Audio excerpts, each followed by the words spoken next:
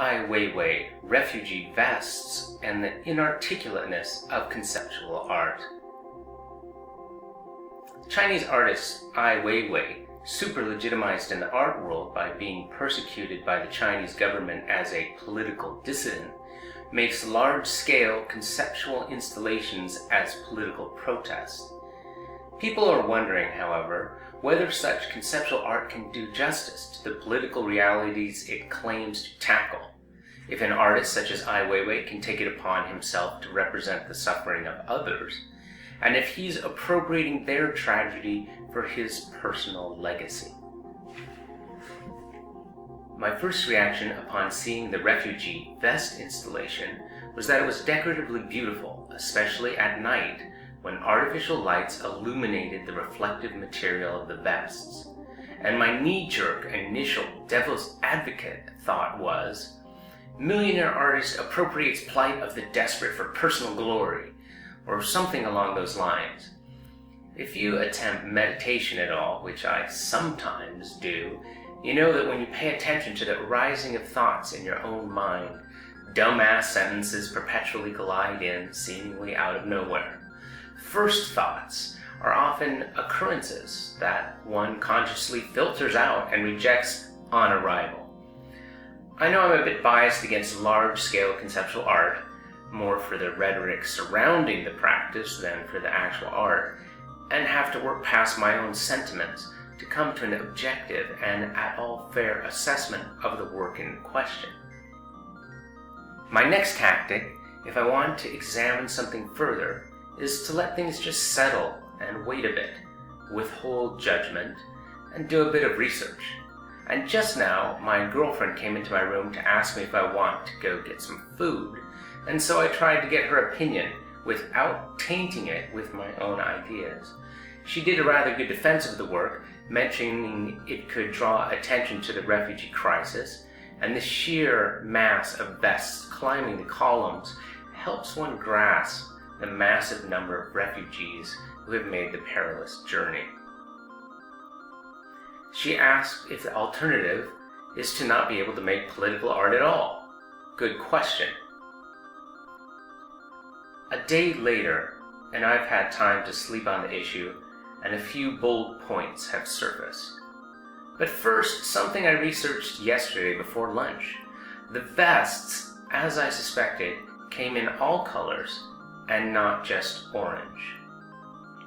This interested me because of the element of aestheticization and formalization going on.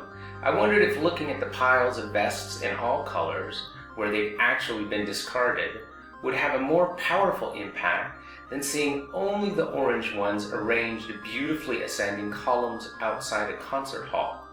The element of chance and chaos is removed in the very formal and decorative arrangement. More about that later. The most glaring questions for me right now are: 1. Does it matter who the artist is? Is Ai Weiwei entitled to do work about refugees from Syria, Iraq, and Afghanistan? 2. Does it matter what the artist's politics are? Can these same predictable artistic tactics be used for conservative politics? 3. Is the work really conceptual art? 4. Does the work really tell us anything about the refugee crisis? And how effective is installation art at increasing social awareness in general? I'll attempt to answer these questions. Does it matter who the artist is? I think it really does matter, whether it truly should or not, which the recent controversy over the photo of Ai Weiwei posed as the drowned Syrian refugee child proves. Here you see a photo of Ai Weiwei posed as the drowned 3-year-old Syrian refugee and the original photo. Toby Fahili wrote in The Guardian, "If he's identifying with Kurdi, he shouldn't. There are no useful comparisons to be drawn between a refugee child dead at the age of 3 and a highly successful living artist." Hamid Dabashi wrote in Al Jazeera, What actually happens when we see the rather well-fed body of a grown-up man lying on a shore and pretending, mocking, or representing, even in perfectly mournful solidarity, to remind us of the lifeless body of a 3-year-old boy?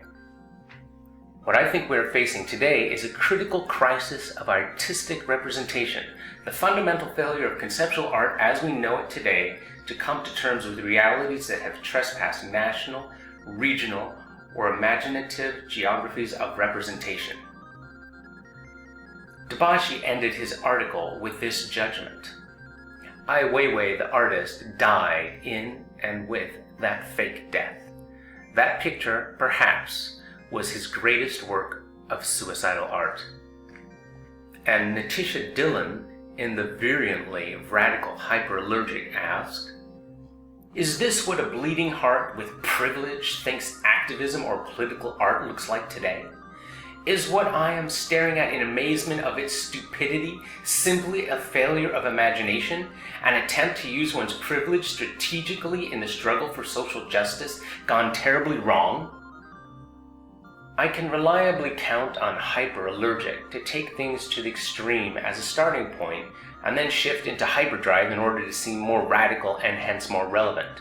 Dillon requires that Ai Weiwei apologize and asserts, "You want to help refugees? There's no helping without being in tune. You are not in tune."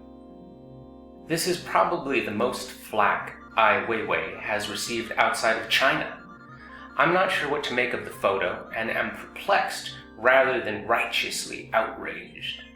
Surely I'd reserve my true outrage for the selfish and corrupt policies and the violence and brutality which directly caused the death of Kurdi and countless others. I have a difficult time, perhaps as a white devil, male, passionately spewing self-righteous invective, condemning someone else's rhetorical position on an issue, and demanding metaphoric heads on platters. The amazing stupidity of his work. His career is dead, and he needs to publicly apologize for moral transgressions. I don't think I can comfortably wear that hat. What I can be pretty confident about is that Ai Weiwei's intentions were good, and things went horribly awry. He appears to have been blissfully unaware of how such an image would be perceived by others, and overestimated the free pass from radical left political one-upsmanship that his Chinese dissident status had previously shielded him from. If he were white, the photo would have been branded as racist and white supremacist. Rhetorical torches would have been lit, pitchforks wielded, and a social media witch hunt initiated.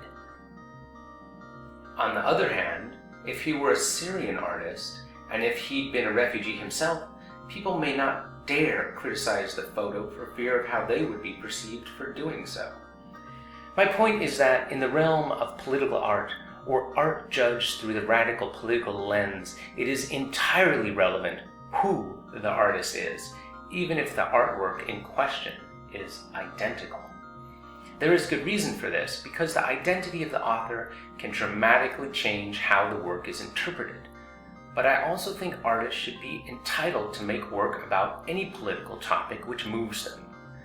I like to think that we can all potentially relate to everyone else on a meaningful level.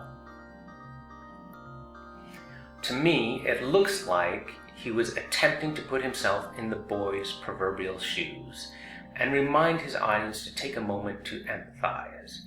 It was a photo for an article in the magazine India Today to accompany an exhibition at the Indian Art Fair, so I'm not sure it should be treated as an independent, deliberate, realized work of art. The big problem isn't attempting to walk in someone else's shoes for a mile, so to speak, but depicting yourself as that person. Imagine if a white male artist were to depict himself being hung in order to identify with black victims of lynching. That truly would be professional suicide. But if a black man were to make similar images using himself, the reaction would be very different.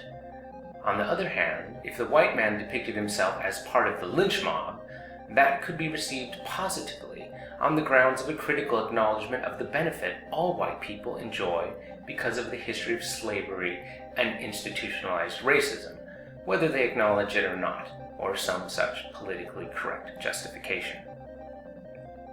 To just look at the picture, it seems as though Ai Weiwei is trying to accrue to himself the attention and even sympathy that the photo of the drowned boy attracted, in which case one may feel like he is capitalizing on someone else's tragedy, and in so doing proves that he isn't truly able to appreciate the terrible magnitude of the situation.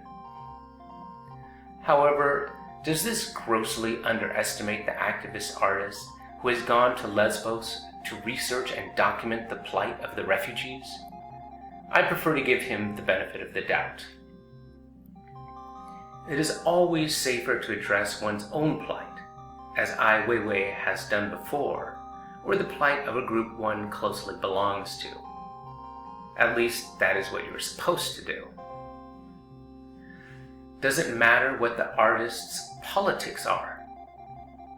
Yes, and that is a bit of a problem. I can't think of anyone attempting politically conservative, radical art and getting away with it.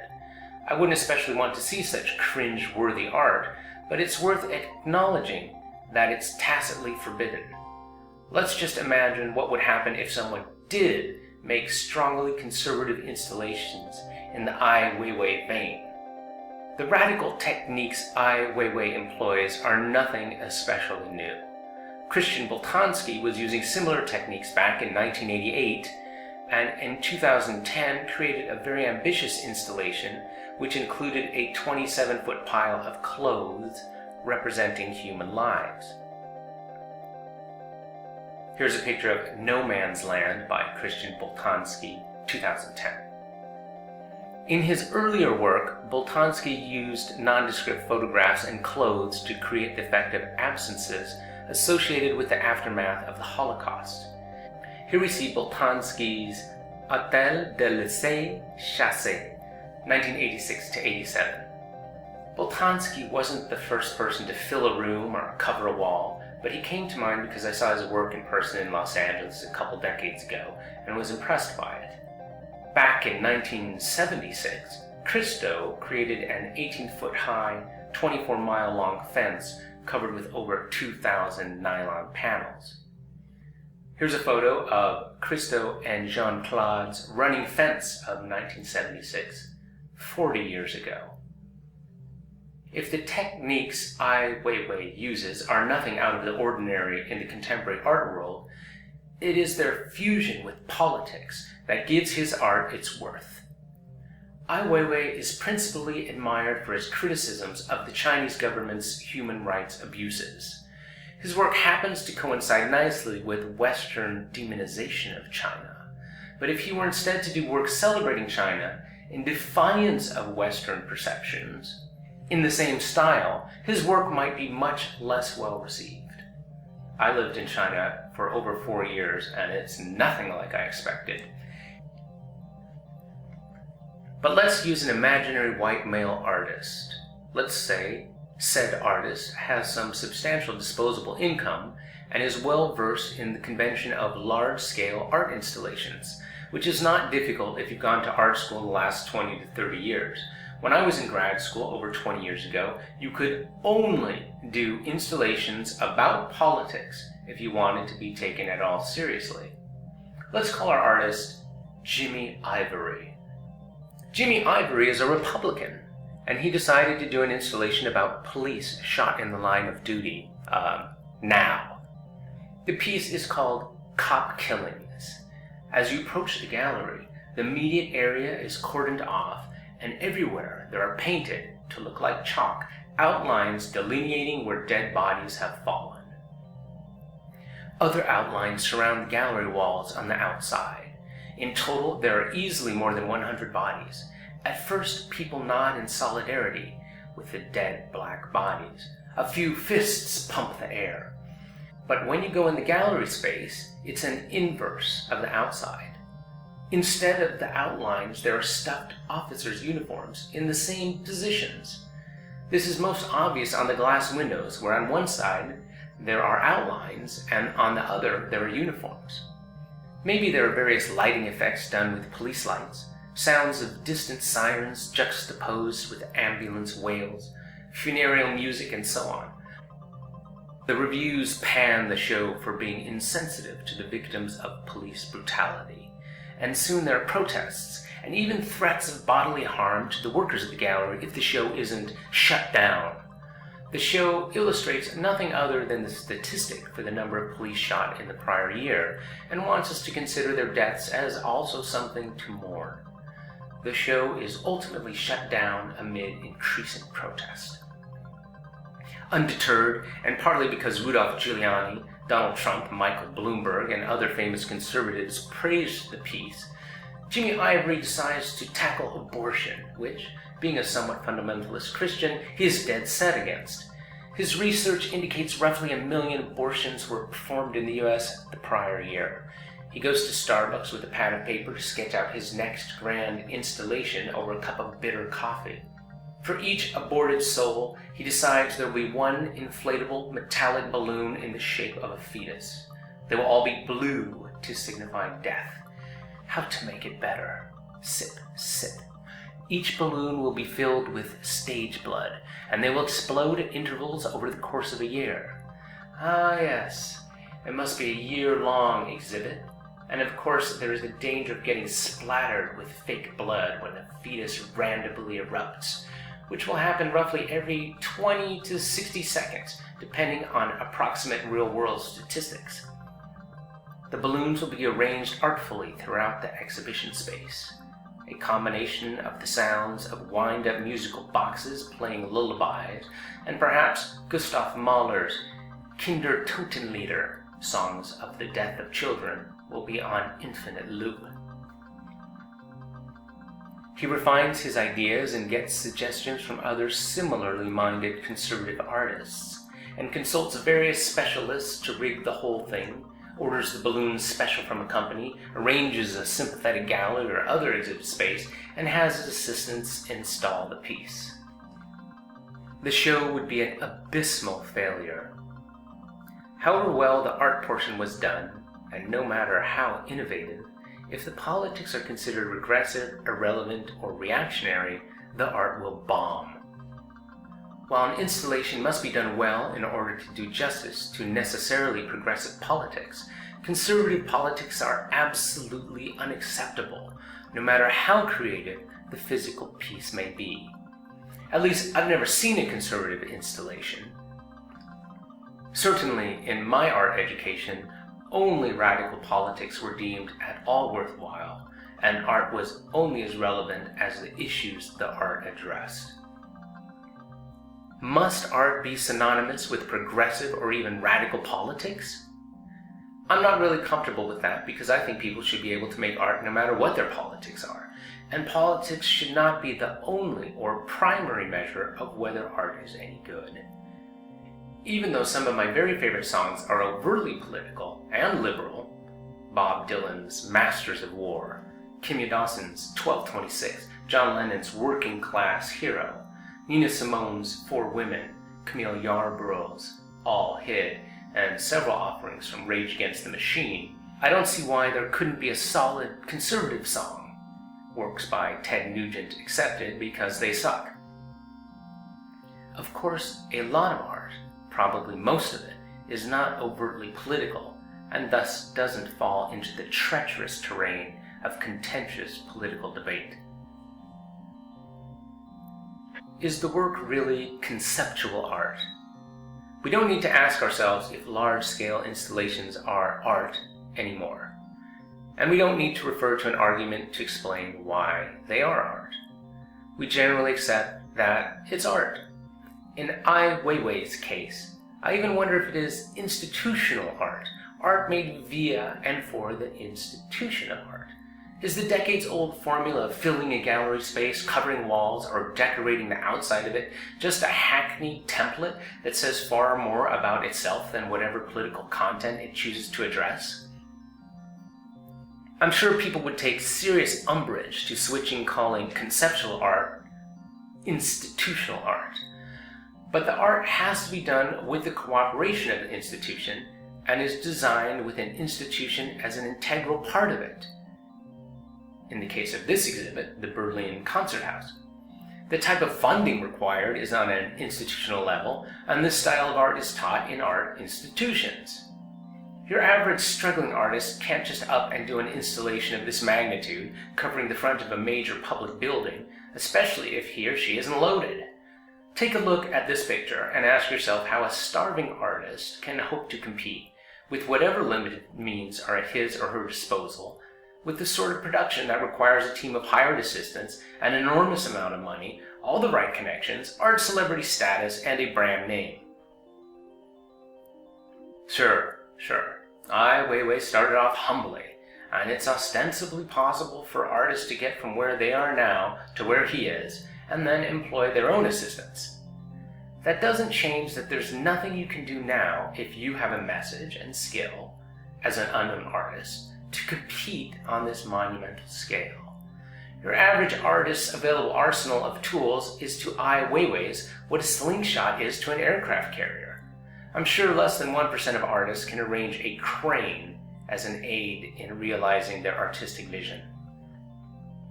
It's probably unfair to call the work institutional in terms of its intended content and message, but it's undeniable that this kind of work is no longer controversial in the mainstream art world. The two most famous and rich living artists, Jeff Koons and Damien Hirst, are both conceptual artists whose work, like Ai Weiwei's, includes large-scale, multi-million-dollar spectacles coming out of the tradition of art leading back to Duchamp. This is the most accepted kind of contemporary art, and other styles have been pushed to the periphery. Is there ever an expiration date on radicality? Found objects, or ready-mades, appropriation, and installation were academic decades ago, and yet they are presented today as if they are fresh and visionary. Does the work really tell us anything about the refugee crisis? And how effective is installation at increasing social awareness in general? If we didn't already know the backstory, could the work in question, I seriously can't find a title for it, be interpreted as about survivors of a sunken ocean liner or a flood? What does the art really tell us other than that there were a lot of life jackets and an inflatable boat? In this picture we can see the installation also includes a boat that appears to say safe passage. Most of us are not going to go to the concert house in Berlin to see the exhibition. We're left with photos of the artwork. But if we compare the photos of the orange vests covering the columns of the concert house, along with the black rubber boat, to photos of a boat and vests on the shore of the island of Lesbos, which are more revealing and moving? Ai Weiwei's tactic was mostly just to relocate the vests and a rubber dinghy to an art site. Let's just say for the sake of argument that there's more impact to seeing a site-specific installation with a mass of 14,000 vests in person than seeing a photo on your smartphone. Even if that's true, I think it would be still much more intense to stand on the actual shore of Lesbos, see the vests more or less where they were discarded, say the rubber dinghy, and look out on the Mediterranean Sea where the refugees made the crossing and nearly 400 have perished this year. After getting a gut reaction of what an inkling of that journey must have been like, you look the other way and wonder how it must be to arrive on the shore and venture off into the unknown territory, everything at stake. Ai Weiwei's version is a bit like capturing a tiger and exhibiting it in a zoo. It's a potted experience.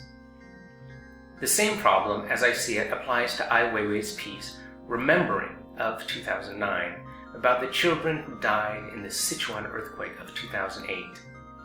Ai Weiwei used 9,000 children's backpacks to spell out the sentence in Chinese. For 7 years, she lived happily on this earth. Here we see Ai Weiwei's Remembering 2009. Backpacks on the facade of the Haus der Kunst in Munich. The touching sentence comes from something one of the mothers said of her lost child. and here my first visceral impression is of clean, sterile, plastic-looking backpacks. As it happens, I lived in China when the earthquake hit Sichuan. I lived in a small nearby city named Hanzhong, where I'd been teaching for just over a year before quitting due to the mismanagement of the school, mostly by my new Lao Wai manager. Lao Wai means foreigner. This is immaterial to the article, but one of the most bizarre coincidences of my life, so I think I'll share it. The earthquake struck precisely as I handed my apartment key to the manager, and he gave me whatever money they still owed me. The school supplied the abysmal apartment I lived in, and so I had to give the key back. We both ended up running out of the school as things were falling on us from above. Everyone was running into the street. People were crying and hysterical. The school didn't open again for a month because people were too afraid to be indoors, and then the teachers had to make up for missed classes, doubling their workload without overtime pay. On top of that, 2 other teachers quit, and a third simply didn't return after vacation. Had I not left when I did, my life would have been extremely hectic. Fortunately for me, I had already secured a new teaching job in Vietnam, where I was headed the next day via Chengdu in Sichuan, the epicenter of the earthquake. And to my surprise, the morning after the quake, I was able to get a bus to Chengdu and make my flight the following day.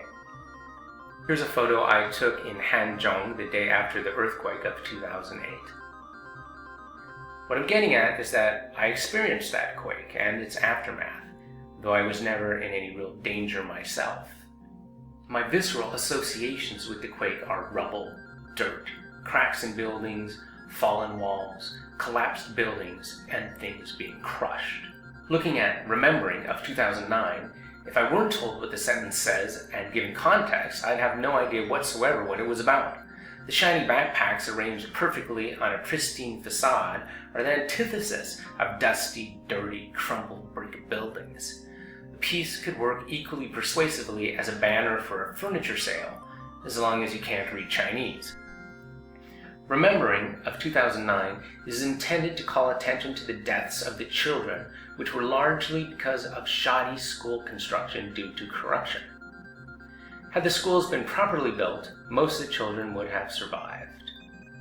On top of this, the grieving parents' demands to make people accountable for the inferior construction were suppressed by the government. Ai Weiwei didn't want this brushed under the carpet and the children forgotten. Having lived in China and taught school-aged children in very similar surroundings, I can easily grasp more than enough of the horror of the event and appreciate the anger at the corruption and greed which led to the children's deaths. While Ai Weiwei's installation addresses the unnecessary deaths and government whitewashing, a 2009 documentary, China's Unnatural Disaster, The Tears of Sichuan Province, does a much better job of examining the issues and conveying the real impact of the catastrophe. The difference between Ai Weiwei's conceptual piece and the documentary is that the installation is very cerebral and the movie hurts. You'd have to be a robot to watch the parents talking about their dead children while holding large framed photos of them without aching. I rarely cry, and I'm more likely to just get angry or indignant about something. I'm sure I've gone years on end without shedding a tear, but after rewatching the first several minutes of the film, I'm mopping my eyes. I suppose I may be more vulnerable to the story because, well, my students looked just like those students, and the parents looked just like those parents, and so did my Chinese friends and coworkers. I can even understand some of the spoken language. But I'm guessing the film is that powerful anyway, and everyone is going to realize how awful it must be to sift through rubble searching for your missing child. And the backpacks? This is what they really look like. What I'm driving at is that the art form of making installations may not be the most effective way of conveying the reality or scope of a social problem, nor the tragedy that results from it. A documentary, whether the techniques involved are radical or innovative or just plain standard, can do so much more than mute props and a placard. Remembering 2009 doesn't include salient details, such as that the local word for the inferior building practices is tofu construction. An installation can't compete with a documentary in terms of conveying emotion, giving context, sharing details, having an accurate atmosphere, or supplying an abundance of information. In the film, you see the parents on a 70-mile march to reach the provincial government because the regional government isn't doing anything. They are carrying a banner and holding the large framed pictures of their children. You see them plow through a police blockade, and when the local officials miraculously appear, fearing only losing face, and one pleads with them to not go over his head with, "I will probe completely," you see a distraught mother come back with, "Probe your mother's cunt. You certified that building as safe." You see the stacked bricks that are supposed to be the foundation of a school, but are not fortified with cement or rebar. Artfully arranged, shiny objects in a museum just can't communicate that level of detail or authenticity. It's probably not fair to compare an installation to a documentary film, but that's part of my point. The conventional installation formula Ai Weiwei follows has its genesis in Duchamp's ready-mades, and its predecessors include minimalist sculptures and the aestheticization of innocuous objects by Jeff Koons, such as in exhibiting vacuum cleaners. Can the same sort of approach that is used by Koons to fashion fine art baubles for the ultra-wealthy be used as a vehicle to incite serious social change? I don't doubt that Ai Weiwei's concern over refugees or the children killed in the Sichuan earthquake is very real, and he was instrumental in getting the Chinese government to release numbers of students who died in the quake. And even if installation isn't the most effective means of educating the public about a given topic, his contribution at very least helps keep people's attention on the issue and prevent it from being swept under the rug.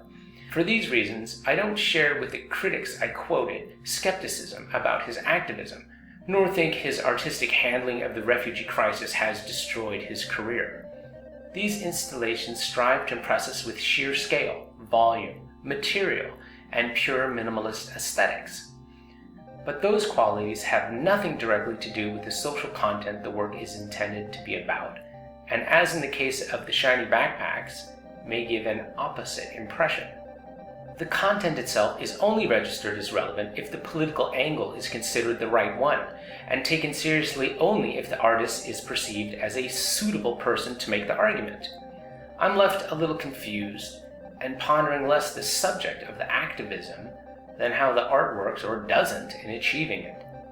Is politics a subject for art, or is art a vehicle for politics? In Ai Weiwei's hands, it's probably both, but the two approaches seem to be working at cross purposes. At its worst, Ai Weiwei's art is uninspired rows, stacks, columns, or other cliched arrangements of objects, which are supposed to signify an urgent social cause, but which end up being empty props loosely illustrating a one-liner. The connection between the objects and the message is too loose to work in a conventional museum exhibit, and no more intrinsically impressive than a storefront window display. We end up praising Ai Weiwei not for the quality of his art, but for the significance we impart to his political message, which we only take seriously because of his status as a Chinese dissident, who happens to reaffirm the values we already hold.